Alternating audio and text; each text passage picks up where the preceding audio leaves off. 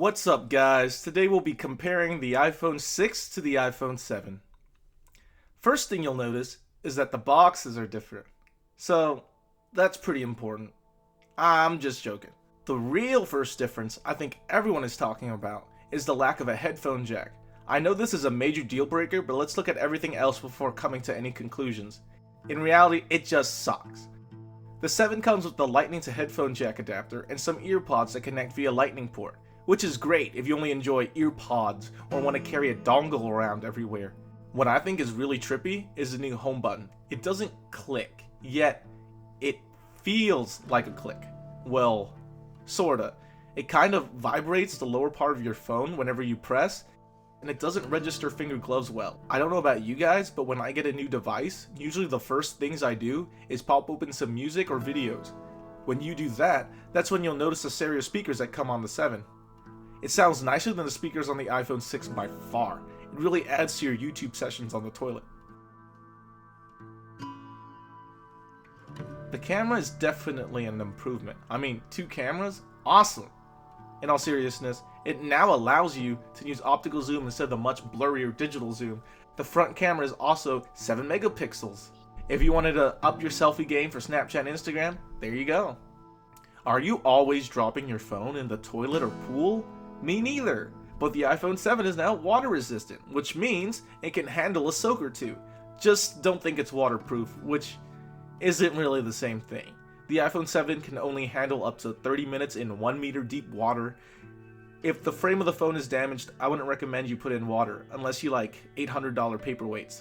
They also come in new colors now, jet black and black. Jet black is like what happens when someone paints your space gray iPhone with nail polish. Apple themselves have said it will scratch easier than the other colors, so there's your heads up. As for black, it looks really freaking cool. Like, just look at it in comparison to a space gray iPad. The iPhone 7 is 2 times faster than an iPhone 6. As you see here, there's this delay and slow graphics rendering for the iPhone 6 when opening and closing folders that's not there when you try the same thing on the iPhone 7. While this is not much of a test, it shows the ability of the phones when it comes to day-to-day tasks. The iPhone 7 has 3D touch, which means the display responds to different levels of pressure and does different actions based on that. The 6 does not.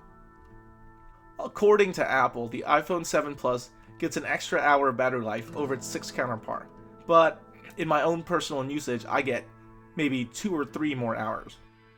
With the release of the iPhone 7, the base storage has been pushed up to 32 gigabytes. Now, the base storage model is actually usable, unlike the iPhone 6, which you could only download like 1 app and save like 5 photos before the whole freaking phone was filled.